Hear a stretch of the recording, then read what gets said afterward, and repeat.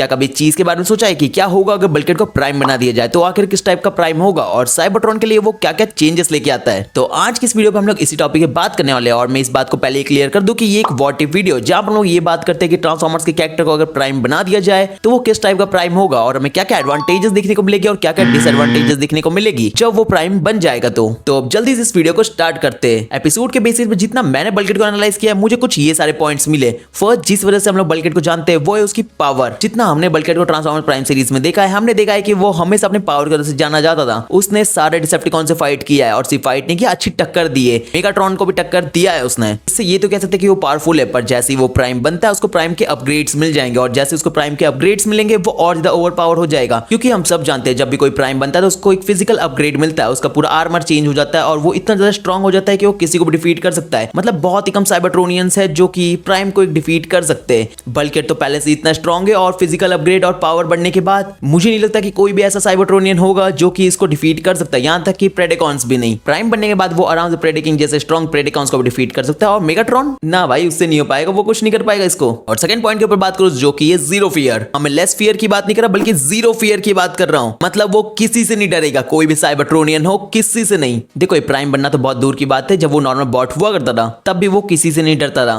इंसेक्टिकॉन्स हो गए, डिसेप्टिकॉन्स हो गए, ऑटोबॉट्स हो गए, कोई भी बॉट हो गया, यहां तक कि अपने से बहुत ही बड़े साइज के प्रेडिकिंग से भी उसने फाइट करा है, उससे भी वो नहीं डरा। और इस टाइम तो बल्किड एक प्राइम बन चुका था, सोचो उसका फियर खत्म ही हो गया है। और ये जीरो फियर वाला पॉइंट इसलिए बहुत ज्यादा इंपॉर्टेंट हो जाता है, जब अगर आपका लीडर ही डर जाएगा तो बाकी लोग का क्या होगा, वो थोड़ी कुछ कर पाएंगे। इसलिए ये पॉइंट सारे प्राइम के अंदर होना ही चाहिए। उसके बाद नेक्स्ट जो पॉइंट है वो है लॉयल ट्रस्टफुल लीडर। कहने का ये मतलब है कि तुम्हारा प्राइम चीटर नहीं होना चाहिए।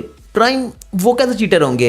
होते भाई प्राइम चीटर। आप लोगों को सेंटिनल प्राइम तो याद होगा, वो किस लेवल का चीटर था। आप लोग ने ट्रांसफॉर्मर्स 1 मूवी देखा होगा जिसमें हमें सेंटिनल प्राइम को दिखाया गया था। उसकी स्टोरी में क्या था, सारे जितने भी ट्रांसफॉर्मर्स थे सब सेंटिनल प्राइम की रिस्पेक्ट करते थे, सब लोग उसकी बात को फॉलो करते थे। बदले में उसने क्या किया, सारे ट्रांसफॉर्मर्स के कॉक को निकाल लिया और उनको माइनिंग का काम के लिए लगवा दिया। और वो कॉक को किसको देता रहा, क्विंटेस को देता था। वो समझ रहे हो किस लेवल की चीटिंग करता रहा। वो अपने साइबरट्रोनियंस के कॉक को लेके किसी और को दे रहा था जो कि उनका अच्छा चाहते ही नहीं है। और ये चीज हमने ट्रांसफॉर्मर्स प्राइम में बहुत देखा कि बल्किड इस टाइप का बिल्कुल भी नहीं है। जब वो ऑटोबॉट था तभी वो बहुत ज्यादा लॉयल था। ऐसा नहीं कि जब डिसेप्टिकॉन जीत रहे थे तो वो उसकी साइड चला गया, नहीं, वो हमेशा ऑप्टिमस के लिए लॉयल रहा। ऑप्टिमस ने जो जो ऑर्डर दिया उसने आंख बंद करके उस ऑर्डर को फॉलो किया बिना आर्ग्यूमेंट के। इससे ये चीज प्रूव होती है कि बल्किड कितना लॉयल है। और जब वो प्राइम बन जाएगा तो वो सिर्फ अपने साइबरट्रोनियंस के लिए सोचेगा। जहां का वो लीडर है वो क्विंटेसा जैसे बॉट्स के सामने झुकेगा नहीं, बल्कि उसका खेल ही खत्म कर देगा। इसलिए अगर कोई कैरेक्टर प्राइम बनता है तो उसके अंदर ये क्वालिटी होना चाहिए। और जो नेक्स्ट पॉइंट है, उसके पास एक स्ट्रॉन्ग आर्मी होनी चाहिए। क्योंकि सिर्फ खुद का स्ट्रॉन्ग होना ही जरूरी नहीं होता, एक आर्मी का भी स्ट्रॉन्ग होना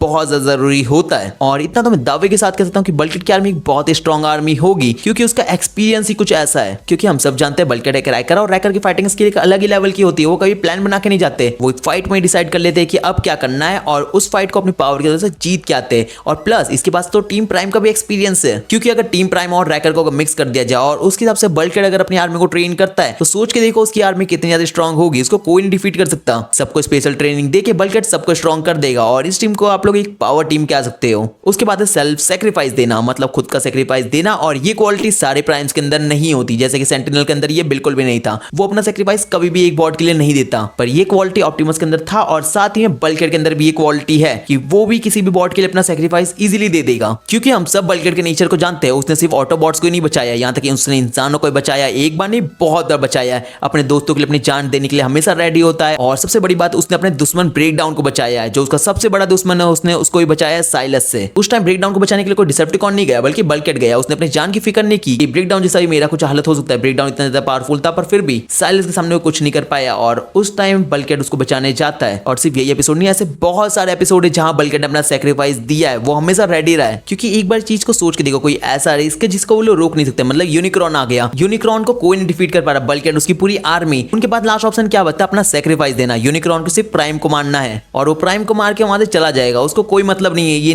फालतू ऑटोबॉट्स है, वो सिर्फ प्राइम को मारेगा और चला जाएगा। उस टाइम बल्किड 1% भी नहीं सोचेगा सारे साइबरट्रोनियन के लिए, वो अपना सेक्रीफाइस दे देगा और उनको बचा लेगा। इसलिए मैंने बोला कि एक लीडर के अंदर ये क्वालिटी होना ही चाहिए। तो ये तो थे कुछ एडवांटेजेस। जब बल्किड प्राइम बनेगा तो हमें क्या क्या एडवांटेजेस देखने को मिलेगा, पर अभी कुछ डिसएडवांटेजेस भी है। तो हमें सबसे पहले डिसएडवांटेजेस ये देखने को मिलेगा, उसका लेस लीडिंग स्किल है। मतलब वो अच्छे से टीम को लीड नहीं कर पाएगा। देखो एक टीम को सिर्फ पावर के बेसिस पे लीड नहीं कर सकते। हाँ मैं मानता हूँ बल्किड बहुत ज्यादा स्ट्रांग है, वो अपनी पावर से किसी को भी डिफीट कर सकता है, पर काफी जगह पावर काम नहीं आती, उनको अपना दिमाग का यूज करना होता है, उस टाइम बल्किड ज्यादा कुछ नहीं कर पाएगा कि हम सब जानते हैं बल्किड एक जीनियस बॉट नहीं है, उसको सिर्फ पावर की वजह से जाना जाता है और जहां माइंड की बात आती है बल्किड वहां पीछे हट जाता है, वो कुछ ज्यादा कर नहीं पाएगा। मतलब जहां पावर भी काम नहीं आ रही है वहां पर वो कुछ ऐसे प्लान्स नहीं बना पाएगा, ऐसे कुछ डिसीजन नहीं ले पाएगा जो उस टाइम जरूरी है। और ये एक बहुत ही नेसेसरी चीज है जो कि प्राइम के अंदर होना ही चाहिए, पर ये बल्किड के अंदर बिल्कुल भी नहीं है। तो ये मुझे एक पहला डिसएडवांटेजेस लगा, जब वो प्राइम बनेगा तो ये चीज को फेस करना पड़ेगा। और सेकंड जो डिसएडवांटेज है वो भी उसके माइंड से रिलेटेड है। एक हमें डम लीडर देखने को मिलेगा। डम मेरे कहने का ये मतलब है कि उसको कोई पागल बना के जा सकता है, पावर में तो उसको कोई जल्दी डिफीट नहीं कर पाएगा, पर दिमाग का यूज करके उसको कोई भी पागल बना सकता है। एग्जाम्पल के लिए स्टार स्क्रीम जैसे कैरेक्टर को ले लो, अगर वो अपना दिमाग चलाए और बल्किड को इजीली मैनिपुलेट कर सकता है, तो इसलिए एक प्राइम को स्मार्ट होना बहुत ज्यादा जरूरी है। उसको पता होना चाहिए क्या सही है क्या गलत है, किस तरीके से अपना दिमाग का यूज करना चाहिए, जो कि बल्किड के अंदर क्वालिटी बिल्कुल भी नहीं है। तो ये दोनों बहुत ही बड़े डिसएडवांटेज है जो कि बल्किड के अंदर है। बाकी तो मेरे को और कोई ऐसा डिसएडवांटेजेस लगा नहीं। तो अब आप लोगों को पता चल गया होगा कि आखिर बल्किड प्राइम बनता है तो वो किस टाइप का प्राइम होगा। और अगर चाहते हो मैं और भी किसी और कैरेक्टर पर बात करूं कि आखिर वो प्राइम बनेंगे तो किस टाइप के प्राइम होंगे, तो कुछ नहीं करना, कमेंट सेक्शन खुला हुआ है, जाओ कमेंट करो, मैं उसके ऊपर भी ट्राई करूंगा जल्दी वीडियो लेके आ जाऊं। हाँ मैं हर बार बोलता हूँ जल्दी वीडियो लेके आने की, पर